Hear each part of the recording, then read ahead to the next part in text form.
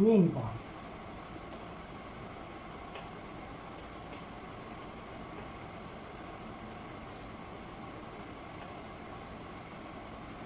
सबसे पहला main part जो होता है वो है cornea.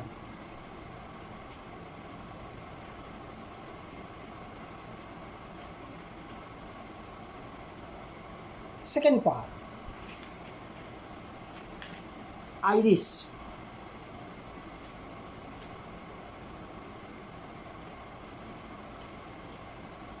Third part प्यूपिल।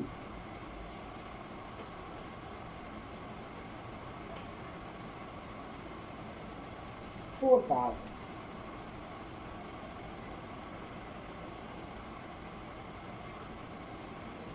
Ciliary muscles.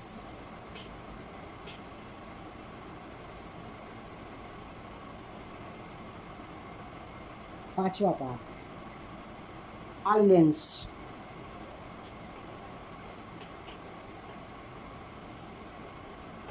छठा पार्ट रेटिना।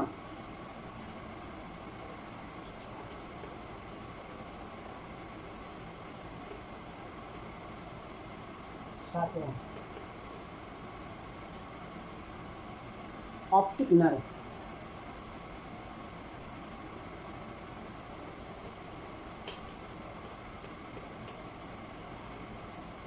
ये 7 पार्ट जो मेन पार्ट हैं ये आई को रिप्रेजेंट करते हैं।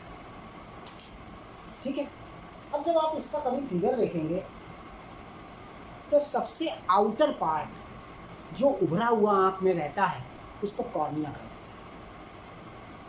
ठीक है, और जो हमारी पलकें होती हैं उन्हें हम आइरिस बोलते हैं। इसके अलावा प्यूपिल बीच का पार्ट रहता है जो जिससे हम देखते हैं उसे आइलैंड्स बोलते हैं। जिससे हमारी आंखें जुड़ी होती हैं उसको सिलियरी मसल्स बोलते हैं। और जहाँ से हमारा पूरा आई का सिस्टम पूरा जुड़ा रहता है उसको ऑप्टिक नर्व कहते हैं। ऑप्टिक नर्व जो होती है वो सबसे लास्ट पार्ट है जो हमारे माइंड से या हमारे सिर से उसको जोड़ने का काम करती है। और रेटिना जो है वो रेटिना एक आँख के पीछे का एक ऐसा पार्ट है जिस पर फिगर बनकर तैयार होता है। ठीक है, तो एक बात पहले ये समझिए कि eye is just like a convex lens. और कॉन्वेक्स लेंस में क्या होता है, कोई भी फिगर रियल और इन्वर्टेड बनता है। आँखों में भी सारे फिगर रियल और इन्वर्टेड होते हैं, लेकिन ये जो ऑप्टिक नर्व है ये उस फिगर को हमारे माइंड में पहुंचाती है और माइंड उसको एज इट इज़ देखने की कोशिश करता है या देखता है। लेकिन ये सारा सिस्टम इतना फास्ट है कि इसको आप मेज़र नहीं कर सकते। जैसे सबसे पहले कंस्ट्रक्शन ऑफ आई पूछा नहीं जाता है, लेकिन आपको मालूम होना चाहिए। The front part of I is called cornea. आगे का जो पार्ट है वो कॉर्निया कहलाता है।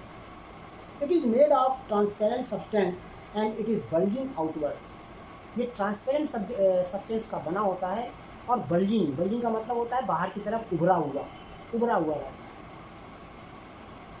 The outer surface of cornea is convex in shape. Outer जो सरफेस होती है अगर उसको हम ध्यान से देखें तो कॉन्वेक्स लेंस देखिए ऐसा रहता है, जैसे कॉन्वेक्स लेंस है तो ऐसे होता है। और इसको अगर ऐसे बना दिया जाए तो आई का शेप बन जाता है कि नहीं। इसको ऐसे बनाएंगे तो कॉन्वेक्स लेंस जैसा शेप इसका होता है। The light coming from object enter the I through cornea. जो भी लाइट हमारी आंखों के अंदर जाती है वो थ्रू आउट कॉर्निया के खुलने से ही, मतलब जैसे आइरिस और प्यूपिल खोलते हैं तो आँख के अंदर रोशनी जाती है। Just behind the cornea is the iris. Cornea के पीछे आइरिस होता है। एक कोने की तरफ से देखो, नाक के पास से कोने की तरफ तो लाल लाल रंग का होता है, वो आइरिस होता है। Iris is a flat colored ring shaped membrane behind the cornea of the eye. ये जो है कलर्ड होती है, रेड डार्क रेड कलर होती है, रिंग शेप होता है और ये कॉर्निया के जस्ट पीछे होता है। There is a hole in the middle of iris which is called pupil of the eye. पलकें होती हैं, पलक बंद होती हैं, खुलती हैं, इन्हें हम प्यूपिल बोलते हैं। तो बीच में गैप होता है जिसमें प्यूपिल वर्क करती है। This pupil is a hole in the middle of the iris. Pupil क्या है? आइरिस के बीचों बीच का एक hole. The pupil appears black because no light is reflected from it. Pupil जो होती है वो ब्लैक होती है क्योंकि उससे कोई रोशनी रिफ्लेक्ट नहीं होती। Eye lens is a convex lens made of transparent soft and flexible material like a jelly made of protein. आँख के बीचों बीच जो काले रंग का हिस्सा होता है उसे आई लेंस बोलते हैं। ये ट्रांसपेरेंट होता है, सॉफ्ट होता है, फ्लेक्सिबल मटेरियल जैसे जेली टाइप के सब्सटेंस से बना होता है। Being flexible the eye lens can change its shape. Flexible होने की वजह से इसका शेप बदल जाता है या शेप बदल जाता है। The eye lens is behind in position by suspensory ligaments.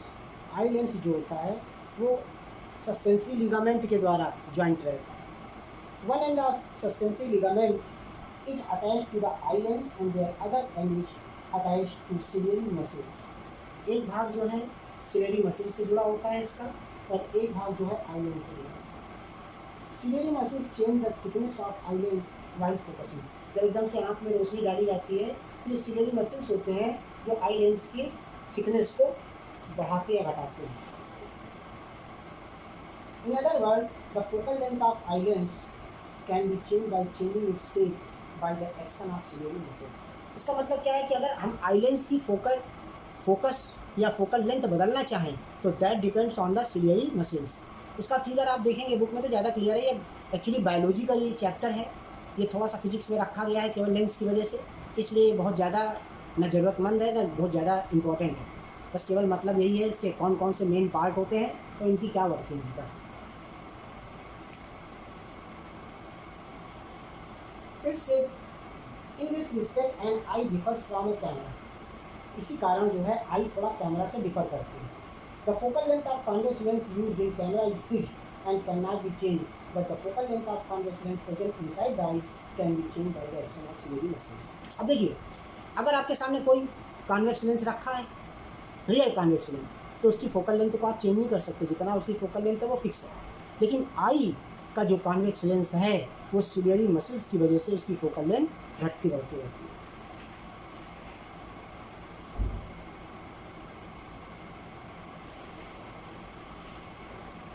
The screen on which the image is formed in the eye called retina. हर चीज़ का जहाँ पर फिगर बनता है, इमेज बनती है, उस वो आई का जो पार्ट होता है उसे रेटिना के नाम से हम जानते हैं। The retina is behind the eye lens and at a black part of the I. Retina जो है आई के एकदम पीछे की तरफ होता है जहाँ बिल्कुल अंधेरा होता है। The retina of an eye is just like a film in a camera. जैसे कोई फिल्म कैमरा में पड़ी रहती है, रील पड़ी रहती है, उसी जैसे बिल्कुल रेटिना वर्क करता है। The retina is a delicate membrane having a large number of light sensitive cells called rods and cones. इसमें बहुत सारी सेंसिटिव सेल्स होती हैं जिनका नाम रॉड्स एंड कोन्स के नाम से जाना जाता है। वो सेंसिटिव सेल के नेम है rods and cones, which respond to the intensity of light and colour of the object. जिसकी वजह से आपको ये पता लगता है कि ऑब्जेक्ट जो आप देख रहे हैं वो कैसा है, उसका क्या कलर है, बड़ा है, छोटा है, काला है, नीला है, हरा है, पीला है, ये आप उसी के द्वारा देख सकते हैं। At the junction of optic nerve and retina in the eye there are no light sensitive cells. Optic nerve और रेटिना के बीच में कोई सेंसिटिव ऑर्गन्स नहीं होते।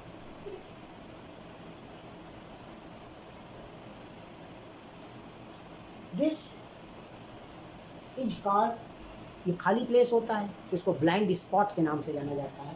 रेटिना और ऑप्टिक नर्व के बीच में जो खाली प्लेस होता है उसे ब्लाइंड स्पॉट के नाम से जाना जाता है। ठीक है, इसके बाद क्या है, जैसे हम किसी चीज़ को देखते हैं तो उसका रियल और इन्वर्टेड इमेज रेटिना पर बनता है। रेटिना वो इन्फॉर्मेशन ऑप्टिक नर्व को भेजता है, ऑप्टिक नर्व वो इन्फॉर्मेशन माइंड को भेजता है, तो माइंड उसको एज इट इज़ जैसा वो है वैसा ही दिखाता है। ये इसकी पूरी वर्किंग होती है। ये इसी तरह ये वर्क करता है ना। अब कुछ चीज़ें हैं जो थोड़ा ध्यान रखने की हैं, जैसे प्यूपिल। प्यूपिल का मतलब होता है पलकें, ये ऑटोमेटिकली ओपन होती हैं और क्लोज होती हैं, ठीक है ना। तो कभी कभी जैसे अगर हम सोचें कि ये क्यों ओपन और क्लोज होती हैं, तो एक्चुअली ये जितनी लाइट की ज़रूरत होती है उतनी लाइट आँख में लेने के बाद वो क्लोज हो जाती है, जितने में इमेज बन सकता है किसी भी चीज़ का।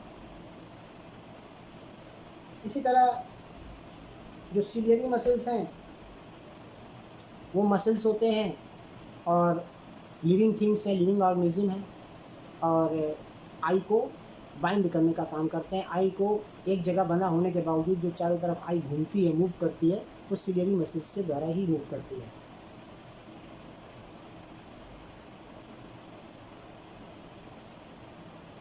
यही है बस यहाँ मेन चीज़, ठीक है ना। तो यही मेन इसका पार्ट है। अब देखिए होता क्या है,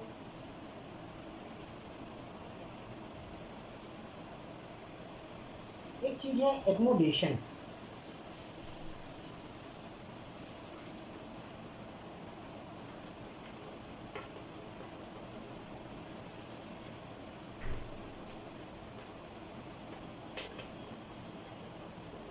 एकोमोडेशन क्या है? An eye can focus the image of a distant object as well as the nearby object on its retina by changing the focal length of its lens. कोई भी आँख है, लेंस है, दूर की चीज़ को दिखाएगा या तो पास की चीज़ को दिखाएगा, लेकिन आई जो है वो एक ही समय में दूर और पास की सारी चीज़ों को एक साथ दिखाता है। तो दूर की चीज़ों को दिखाने के लिए फोकल लेंथ डिफर होती है, पास की चीज़ को दिखाने के लिए फोकल लेंथ अलग होती है। तो दोनों टाइप की फोकल लेंथ अलग अलग होने के बावजूद वो एक साथ दोनों को दिखाता है। तो ये क्यों होता है? क्योंकि according to ciliary muscles it can particular change the focal length of eye lens. Eye lens का फोकल लेंथ बदलता रहता है।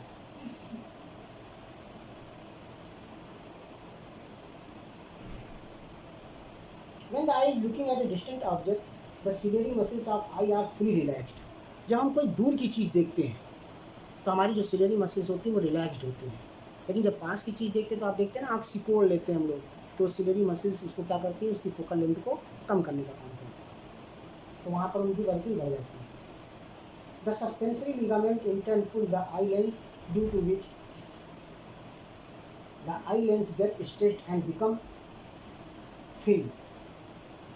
पास की चीज़ को देखेंगे तो सिलियरी मसल्स क्या होती हैं, वो स्ट्रेच हो जाती है एंड बिकम थिन, मोटी हो जाती है। The thin eye lens has large focal length but it's converging power is small. Thin जो जब हो जाएगी तो उसका फोकल लेंथ तो ज़्यादा होगा, लेकिन जो उसकी कन्वर्जिंग पावर है, कन्वर्जिंग का मतलब एक पॉइंट पर देखना। पैरेलल लाइन जब हमने बताया था, कन्वर्जिंग और डाइवर्जिंग बताया था वर्ड लेंस के समय, तो कन्वर्जिंग का मतलब होता है कि बहुत सारी पैरेलल रेज आ रही है लाइट की, वो एक पॉइंट पर जाकर कलेक्ट हो जाएं, तो वो कन्वर्जिंग होता है। तो जब एक पॉइंट पर होगी कलेक्ट, तभी जाकर के उसका फिगर बनेगा, तभी जाकर के कोई पास की चीज़ दिखेगी, तो कन्वर्ज करता है। तो यही है the adjustment of eye lens या the adjustment of focal length of eye lens to see the far और near object is known as accommodation. इसी को एक्मोडेशन कहते हैं। अब एक्मोडेशन फिक्स होता है, means if you want to find out the accommodation of your eye and your eye is fully healthy, then the accommodation is 25 centimetre. कहते हैं ना कि जैसे कभी कभी आप लोग जो है बुक बहुत चेहरे के पास रख के पढ़ते हैं, तो घर वाले कहते हैं बेटा थोड़ा दूर रख के पढ़ा करो। तो ये 25 सेंटीमीटर का मतलब होता है नियर अबाउट 12 इंच जो होती है वो 30 सेंटीमीटर होती है। तो नियर अबाउट 1 फुट, उसको 1 फुट बोलते हैं 12 इंच को, तो उससे थोड़ा सा 5 सेंटीमीटर कम होता है 25 सेंटीमीटर, जबकि उसमें 30 सेंटीमीटर होता है। तो कहते हैं ना कि 1 फुट दूर रख करके ही बुक को हमेशा पढ़ना चाहिए। इसीलिए जो ये टेबल चेयर का सिस्टम बनाया गया है वो यही है रीज़न कि 1 से 1.5 फुट के बीच में गैप हो जाता है आँख के और बुक के बीच में, जिससे हमें हर चीज़ बहुत क्लियर दिखाई पड़ती है। ठीक है। Range of vision of normal eye, ये रेंज है, इसी को 25 सेंटीमीटर बोलते हैं, इसको range of vision of normal eye बोलते हैं। सिंपल आई अगर बिल्कुल सही स्वस्थ आई है तो रेंज ऑफ विज़न जो है वो 25 सेंटीमीटर कहलाता है। अब इसमें थोड़ा सा दिक्कत है कि अगर मान लीजिए the farthest point from the eye at which the object can be seen clearly is known as far point. आँख हमारी बिना किसी लेंस का यूज़ करे जो सबसे दूर की चीज़ देख सकती है उसको हम फार पॉइंट, यूज डिस्टेंस को फार पॉइंट कहते हैं, और जो सबसे पास की चीज़ क्लियरली देख सकती है उसको हम नियर पॉइंट बोलते हैं। समझ में आया? जैसे मान लो हमारी आँख जो है 20 फुट की दूरी पर रखी हुई चीज़ को एकदम क्लियर देख